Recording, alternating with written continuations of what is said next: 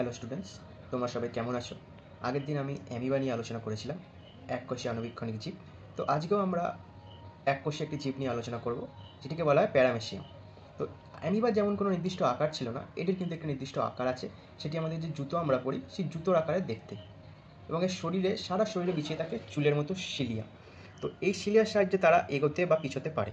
তো আজকে আমি এই প্যারামেসিয়ামের দুটো ইউনিক ফিচার বা এমন এমন দুটি ক্যারেক্টারিস্টিক্স নিয়ে কথা বলবো। তার মধ্যে একটি হচ্ছে এই সিলিয়া রিলেটেড। তো সিলিয়ার সাহায্যে এরা কী করে, এই সিলিয়াগুলো তো এদের সারা শরীর জুড়ে বিস্তৃত থাকে। তো এটি যদি সামনের দিকে এগোতে থাকে এবং সামনে যখন বাধা পায়, তাহলে এটি কী করে, সেই সিলিয়ার সাহায্যে খুবই দ্রুত নিজেদের গতিপথ পরিবর্তন করতে পারে বা পিছন দিকে সরে আসতে পারে। ওকে, তো এটিকে বলা হয় যে অ্যাভয়েডিং রিয়াকশান। তো এটি প্যারামেসিয়াম কিন্তু শো করে বা প্যারামেসিয়ামের মধ্যে দেখতে পাওয়া যায়।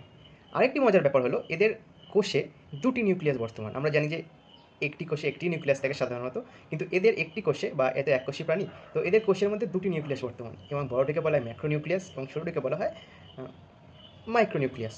তো এই যে ম্যাক্রোনিউক্লিয়াস আছে, এই ম্যাক্রোনিউক্লিয়াস কিন্তু কোষের মধ্যে যে সমস্ত কাজগুলো হয় সমস্ত কাজ কিন্তু এই ম্যাক্রোনিউক্লিয়াসই দেখাশোনা করে।